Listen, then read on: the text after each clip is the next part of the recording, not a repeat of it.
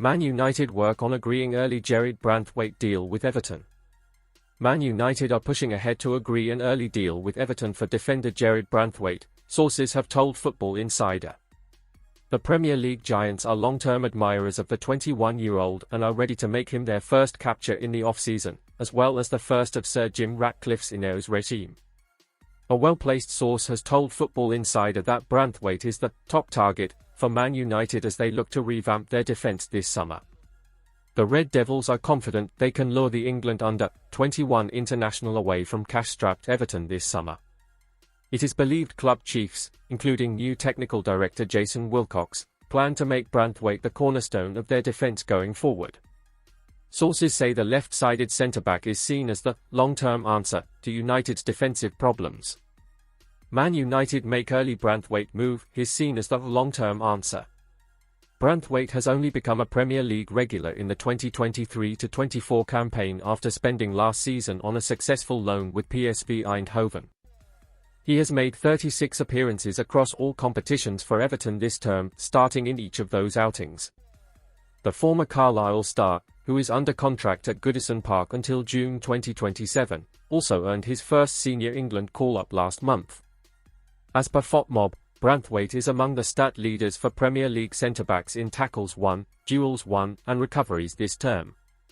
Man United are planning to put him at the heart of a defensive rebuild driven by new owner Sir Jim Ratcliffe and his new transfer chiefs this summer.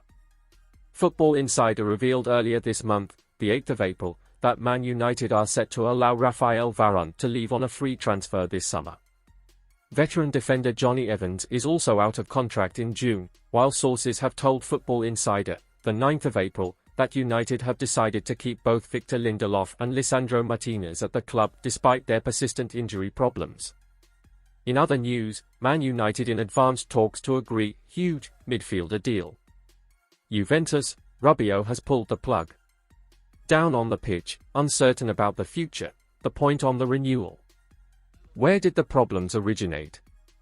It's difficult to mention just one thing. There is the bitterness of having walked away from the Scudetto.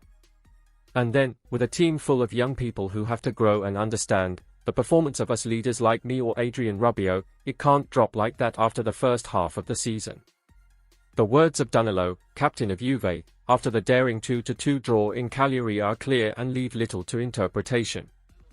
They too ended up in the dock for Allegri's team's deficit in the second half of the season. A net decline that can be explained, especially for the Frenchman, even with a very uncertain future. Rabiot, vice-captain and leader of this group, will expire in a couple of months. The renewal discussion is frozen and the Juventus midfielders' performances on the pitch are far from those of last season. This year in 29 matches, the former PSG player has scored 4 times and provided 3 assists, very different figures compared to the 11 goals and 6 assists in 48 matches 12 months ago. In Cagliari all the statistics went against him, he lost 100% of his tackles and 6 duels, too many for someone like him. But the numbers do not explain everything about the step backwards taken by the midfielder who, especially in his latest outings, seems to have evolved from a physical and temperamental point of view. Listless, detached from the maneuver, often among the worst on the pitch, this is not the Rabiot on which Allegri hit the midfield, the one who by dint of great performances had deserved the renewal only a year ago. The negotiation, Juve still wants to hold on to him and discussions for a new extension have started but without bringing great results, the latest attempts with his agent Mother Veronique have come to nothing.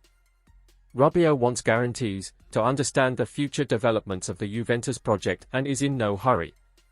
Allegri's protégé, the probable farewell of the Livorno coach could coincide with his but also the possible replacement Thiago Motta has always been an admirer of him. Adrien will focus on the end of the season and the upcoming European Championship to play as a protagonist, only then will he evaluate the next step in his career. He will certainly want a longer renewal than the annual one last season. And he will push for a significant increase in the $7 million he receives today. Meanwhile, the first polls have started from the Premier League by Manchester United and Newcastle and the charm of the English Championship has been flattering him for some time. On the pitch it's foggy, off it it's contested, the next 2 months will be decisive for the continuation of Rabiot's career. The only question is Erik ten Hag's sack decision made after Manchester United decline. Our writers give their verdicts on whether ten Hag should remain in his job as Man United manager after a string of poor displays. It is somewhat unusual that a Manchester United manager is under so much pressure after leading his team into the FA Cup final. But such was the manner of United's win over Coventry, and it's a stretch to even call it a victory, that Erik ten Hag had to answer questions regarding his job, with speculation now rife that he could be replaced in the summer. The Dutchman called such talk crazy, but the reality is Sir Jim Ratcliffe and INEOS are considering ten Hag's position.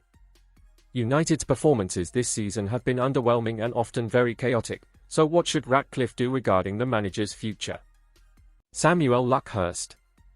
Ten Hag passed the point of no return to transform United into a credible force months ago, and now he is too far gone. He does not sound or act like a United manager, and hasn't for several months. United's regression this season is so striking after a progressive first season under ten Hag. But since the atrocious and abandoned reintegration of Mason Greenwood back into the squad in early August, United have lurched from one crisis to another, and it has been an omnishambles. Ten Hag has to take responsibility for Greenwood. He could have washed his hands of him. He was on shaky moral ground the moment it emerged he was keen to have Greenwood in the United squad. That call made the departures of Richard Arnold and John Murtough inevitable. United have wasted hundreds of millions on ten Hag's watch. Anthony, Mason Mount, Sofian Amrabat. The injury toll is partly a consequence of his training methods and an incompetent medical department that should be gutted. United have no style, they have seldom won convincingly this season, and this is shaping up to be their worst season in the Premier League era. They have been in gradual decline since the League Cup triumph in February last year. Since Ratcliffe agreed to minority stakeholding, the chief executive jumped before he was pushed and the football director fell on his sword. The manager is next in line. Crucially, ten Hag has lost the support of the matchgoers. His approval ratings are at an all-time low, after an FA Cup semi-final win. United fans could not leave Wembley quickly enough after the winning penalty kick. They voted with their feet, ten Hag out. Tyrone Marshall. When the whistle blew to end the 90 minutes at Wembley, you would have had to travel far and wide to find a United fan convinced that ten Hag is still the man for the job. It was a 20-minute spell that should have taken away any lingering possibility that he would get another season in charge. It turned an FA Cup semi-final into a quite bizarre spectacle. Ten Hag was stood on the touchline trying to guide his team to a major final when he must have known that what had just happened was the end game for him at Old Trafford. He said after the game he needed to teach his players to stop losing control of games and conceding goals in clusters. The same problems have been occurring all season, and he clearly can't teach them. He also can't build a side with any semblance of control in midfield this season. Tactical failings that were obvious in the autumn are still there for all to see now. The only question now is when he goes. The league season could yet unravel given more injuries were picked up at the weekend. It should be 6 points this week, but nobody would be surprised if it wasn't. On the evidence of this season, when City have outplayed United twice, they are heading for certain defeat in the cup final. If Sir Jim Ratcliffe has made his mind up, then why would he even let ten Hag take charge of it? It would be harsh, but he is a ruthless businessman, and at the moment United have little chance of winning at Wembley on May 25th. Stephen Railston. The writing was on the wall for ten Hag when United crashed out of Europe and the Carabao Cup